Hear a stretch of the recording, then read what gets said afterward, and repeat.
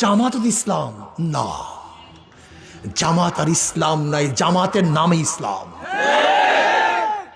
হাকিমউদ্দিন তুলে দিয়েছে। আমি আশ্চর্য হয়ে যাই যে জামাত বলছে সৎ লোকের শাসন চাই, আল্লাহর আইন চাই। আমাকে দেখান তো এইবার কোন জায়গায় আমির সাহেব আল্লাহর আইন চাই একটা বক্তৃতা করছে কিনা দেখান তো। হ্যাঁ, চিন্তা করতে পারছেন? আমাকে দেখান তো। জামাতের বন্ধুরা দুই করে করজোরে হাত ধরে বলছি, তোমরা আমাদের উপর অপবাদ শুনছো। দেখো, জামাতের চেয়ে মিথ্যা বলার লোক গোটা দুনিয়ার মধ্যে দ্বিতীয় আছে বলে আমার মনে হয় না।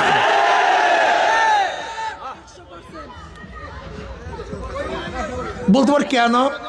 আচ্ছা বলো তো, যখন আমরা জোটে ছিলাম, নির্বাচনের জোটে ছিলাম, এখনো সিট ভাগ হয়।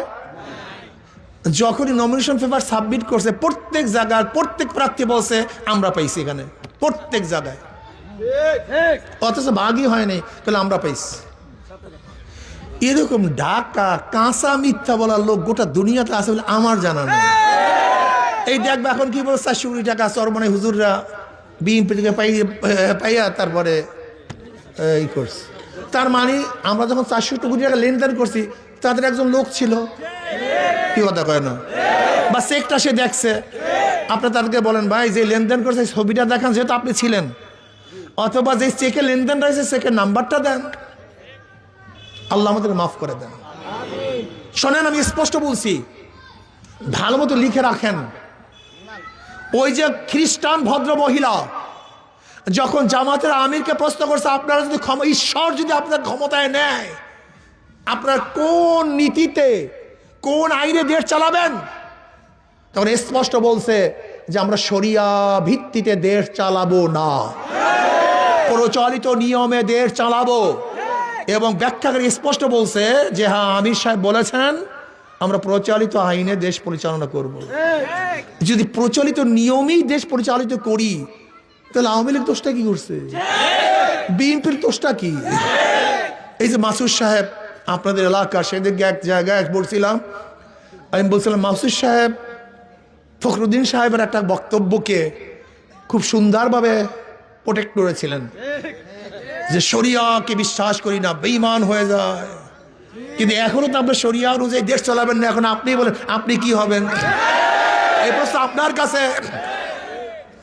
আপনার কাছে। প্রিয় ভাইরা আমার, আমি বুঝি না জামাতের আমির সাহেব এক জায়গায় দেখলাম যে পুরুষ বন্ধুরা যান, মহিলা বন্ধুরা আসেন, আমরা বৈষম্য দূর করব। আচ্ছা আমাকে বলেন তো, মহিলা এবং পুরুষের মধ্যে বৈষম্য করছে কে? এই পর্দার বিধান কে করছে? এখন আমরা যদি বলি বৈষম্য দূর করবো, আসেন, ইমানের অবস্থা কি আমি জানি না। এই মুফতিয়ানি কেরাম আসেন, আপনার ফতুয়া দেবেন আমি জানি না, কিন্তু আমি জানি না বাবা। ক্ষমতার কপালে পিসা মারি, ঝাঁটা মারি না।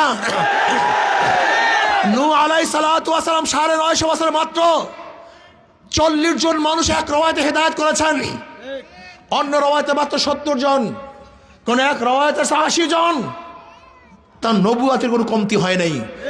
ইসলামী আন্দোলন বাংলাদেশ কিয়ামত পর্যন্ত যে একটা সিট না পায়, কোরআন ও সুন্নাহর বাইরে যাবে না, যেতে পারে না ইনশাআল্লাহ।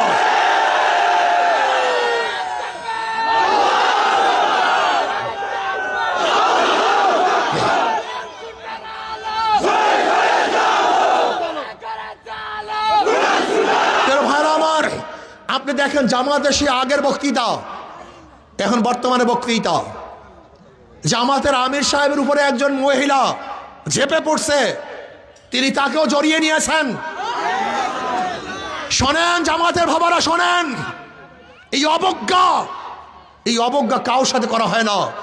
আপনার উচিত ছিল ভুল স্বীকার করা, কিন্তু আপনি ভুল স্বীকার না করে তাকে যোদ্ধার মা, জাতির মা এই ব্যাখ্যা দিয়ে এবং কোরআন ও হাদিসের খেলাফ করেছেন, উল্টা করেছেন। এই ব্যাখ্যা ঠিক হয় নাই।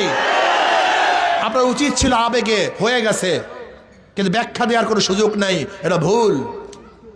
আমি স্পষ্ট বলবো, কালোকে কালো বলতে হবে, সাদাকে সাদা বলতে হবে, দিনকে দিন বলতে হবে, রাত্রকে রাত বলতে হবে। ইসলামী আন্দোলন বাংলাদেশকে অনেকে বদনাম করে সিটের জন্য তারা ভাগ হয়েছে। যদি সিটের জন্য ভাগ হই তাহলে ধরে নেন একা থাকলে কি সিট পাওয়া যায় না জোটে থাকলে সিট পাওয়া যায়? তা সিটের জন্য ভাগ হলে তো জোট করতাম, তা ভাগ হইলাম কেন? বোকা নাকি? নিয়ে এতটুকু সেন্স নাই মিয়া, মাথার মধ্যে এতটুকু সেন্স নাই? যদি সিটের লোভেই ভাগ হই তা জোটে থাকলে সিট পাওয়া যায় না, একা থাকলে সিট পাওয়া যায়? কথা বলেন না কেন? তা আমরা একা হইলাম কেন? না, আমরা জোটের থেকে ভাগ হয়ে সিটের জন্য নয়, ইসলামের জন্য, শরিয়ার জন্য, কোরআন ও সুন্নাহর জন্য। মানুষকে বোকা বুঝাও, বোকা বুঝাও মানুষকে। আমরা কোরআন ও সুন্নাহর জন্য আলাদা হয়েছি, ইসলামের জন্য আলাদা হয়েছি। ক্লিয়ার কাট কথা।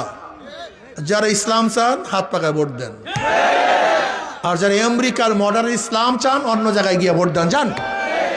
যারা চাঁদাবাজি চান অন্য জায়গায় গিয়ে ভোট দেন। আর যারা দেশকে সুষ্ঠু সুন্দর চাঁদা মুক্ত কোরআন ও সুন্নাহর ভিত্তিতে চালাতে চান তাদের মার্কা হাত পাকা। কোনো ক্লিয়ার কার কথা, কোনো কথাবার্তা নেই। ক্লিয়ার।